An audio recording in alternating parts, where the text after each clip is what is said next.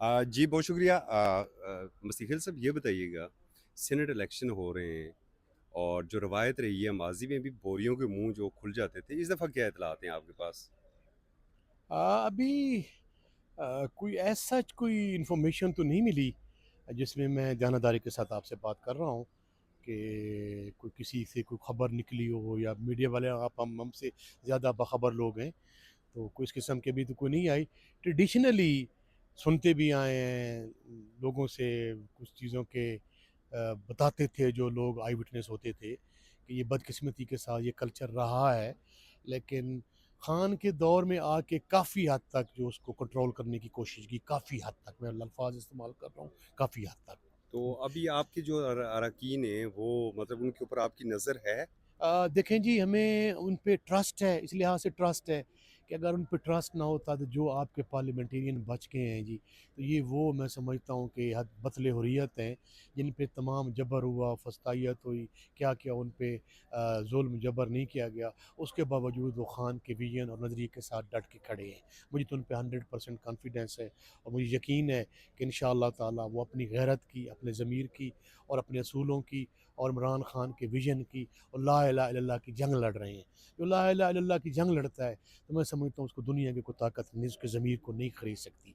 जब दुनियादार उनके ज़मीर नहीं खरीद सके, देखें कितने फस्तायत में, जबर में, तो मेरा ये यकीन है कि इंशाअल्लाह ताला के वो वोट आप ही को देंगे। जो मैं समझता हूँ कि अगर कोई इस किस्म की कोई सोच भी रहा या किसी को होगा, मुझे ट्रस्ट है, मुझे बिल्कुल ट्रस्ट है।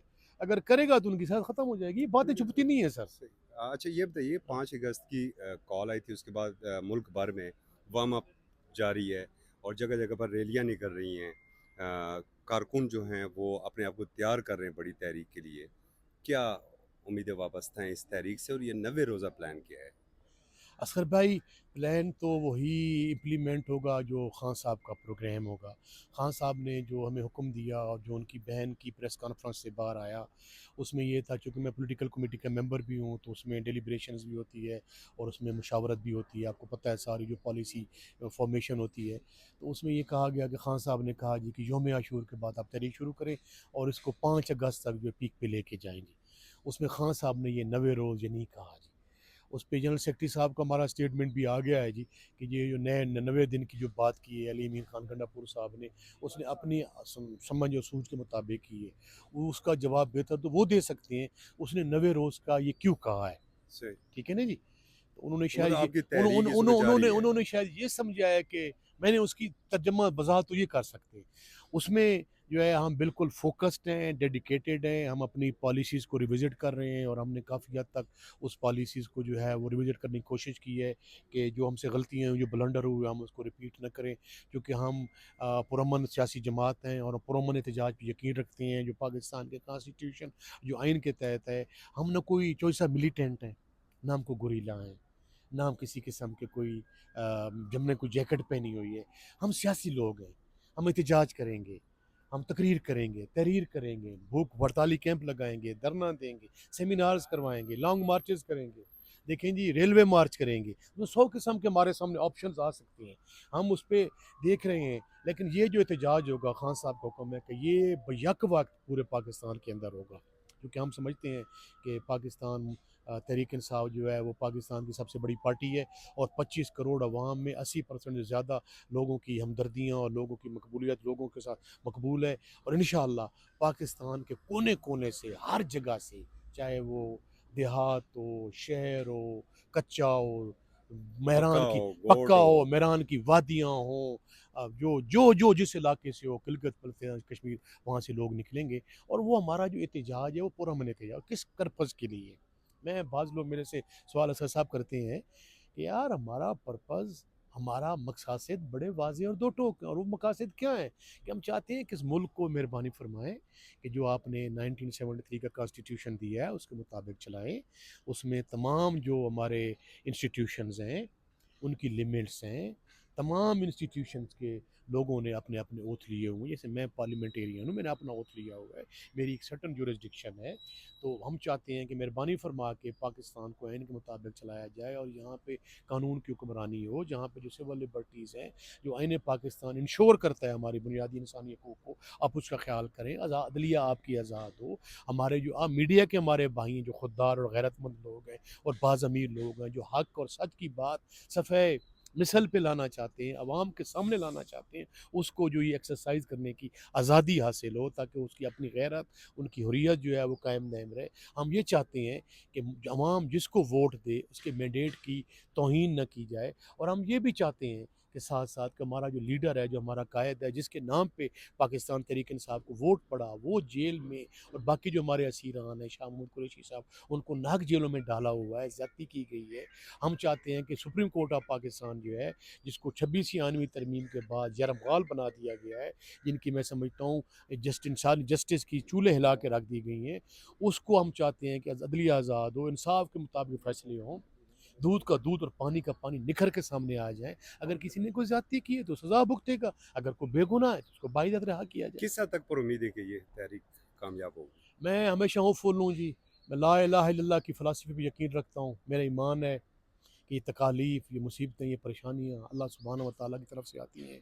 और मेरे सामने कुरान मजीद फ़ुरक़ान हमीद की वो आयत भी वाज़ेह और दो टोक है, इन्नल्लाह मअल उस्रि युस्रा, कि मैं ए इंसान, मैं तुझे जितना आज़माता हूँ जितनी तेरे में ताकत होती है। ये शायद हो सकती है हमारे गुनाह की अमाल हो, ज़ुल्म है, जबर है, पछताइयत है जो हो रही है। कसूर हमारा सिर्फ़ ये है कि हम चाहते हैं कि जो हमारा एटॉमिक पाकिस्तान है, वो खुददारी के साथ अपने पाँव पे खड़ा हो, हम किसी के डिक्टेशन पे ना चलें, और यहाँ पे इंसाफ का बोलबाला हो। और जिस काज और पर्पज़ के लिए पाकिस्तान मार्द वजूद में आया, आपके और मेरे आबा अजदाद ने इस मुल्क के लिए कुर्बानियाँ दी थी, तो ये जो है पाकिस्तान जो है वो खुशहाल हो। देखिए ना चौधरी साहब, मैं कैसे खामोश हो सकता हूँ, मैं कैसे आंखें बंद कर सकता हूँ, मैं कैसे बिल्ली की तरह आंखें बंद कर दूँ। आपके ऊपर 73,000 अरब रुपए के कर्जे चढ़ चुके हैं। आपके जो एसओईज़ हैं, जिसे हम कहते हैं स्टेट ओन्ड एंटरप्राइजेज़, जिस पाकिस्तान स्टील है, पीआईए है, इसमें आपके और काफ़ी इदारे हैं, आपके डिस्कोज़ हैं, आपके आईपीपी जो उन्होंने बनाए हुए हैं, वो पाकिस्तान का खून निचोड़ के खा गए, हड्डियों से गोदा खा गए हैं। चंद लोगों को यहाँ माफिया को पाला जा रहा है, और 99.9% लोग जो हैं वो ज़ेरे अताब हैं।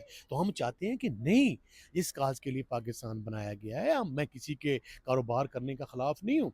कारोबारी लोग अपना कारोबार करें, लेकिन उनको भी मुनसिफाना कारोबार करने का मौके दिए जाएँ। लेकिन ये जो ज़ुल्म और ज़्यादती और जबर है, उसके हम खिलाफ हैं, और इंशाअल्लाह पुरअमन एहतजाज करेंगे।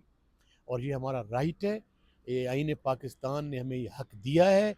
और हमारा ये माजी का ट्रैक रिकॉर्ड गवाह है कि इस्लामाबाद आए, लाहौर गए, हमने पाकिस्तान में कोने कोने में एहतजाज किया।